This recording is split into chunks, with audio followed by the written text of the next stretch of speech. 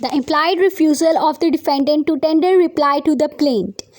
Sometimes a defendant may give such an answer by which it is not clear whether he admits the claim or denies it. जब भी defendant के ऊपर जो है वो plaint file की जाती है प्लेंटिफ की तरफ से, तो कभी कभार जो है वो डिफेंडेंट जो है वो इस टाइप का एक आंसर देता है जिससे ये क्लियर ही नहीं होता है कि वो उसको एडमिट कर रहा है क्लेम को या वो क्लेम को जो है वो डिनाई कर रहा है. फॉर इंस्टेंस, अब इसकी एक एग्जाम्पल देखते हैं. If the defendant is asked by the court whether he admits the claim of the plaintiff or not.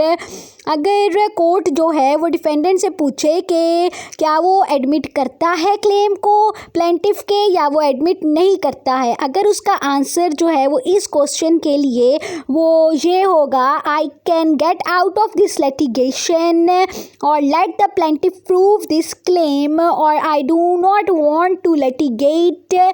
All these statements contain neither an admission nor a denial. ये जितनी भी statements हैं हमने ये जो हैं ना ही जो है वो एडमिशन कंटेन कर रही हैं और ना ही डिनाइल कंटेन कर रही हैं.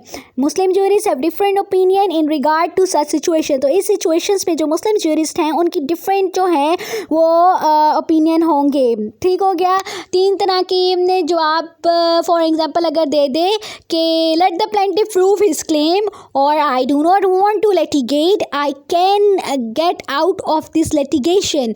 According to the Hanafi jurist, Hanafi jurist के मुताबिक हम देखें तो defendant in the such case will be deemed to have denied the claim. जो डिफेंडेंट है उसने जो है यूँ कंसीडर किया जाएगा कि डिफेंडेंट ने जो है वो डिनाई कर दिया है क्लेम को और consequently the plaintiff shall be required to produce evidence. और प्लेंटिफ जो है उसको जो है वो ये रिक्वायर किया जाएगा कि वो प्रोड्यूस करे एविडेंस को. And upon the production of the evidence by him the case will B decreed for him. और प्रोडक्शन ऑफ द एविडेंस की बुनियाद पे जो कि प्लेंटिफ ने किया है केस जो है उसका जो फैसला है उसको डिक्री किया जाएगा प्लेंटिफ के हक में. As far as the jurist of the remaining 3 schools of thought are concerned.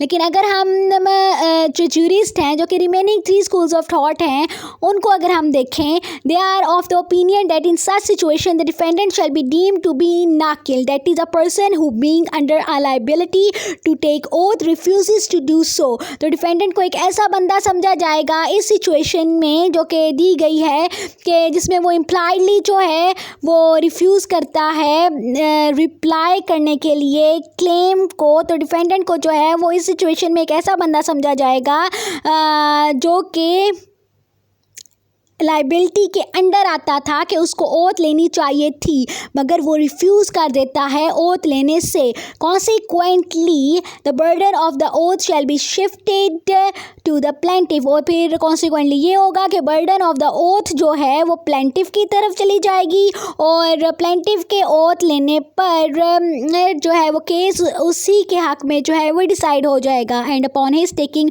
Oath on the truth of his claim the case will be decided for him.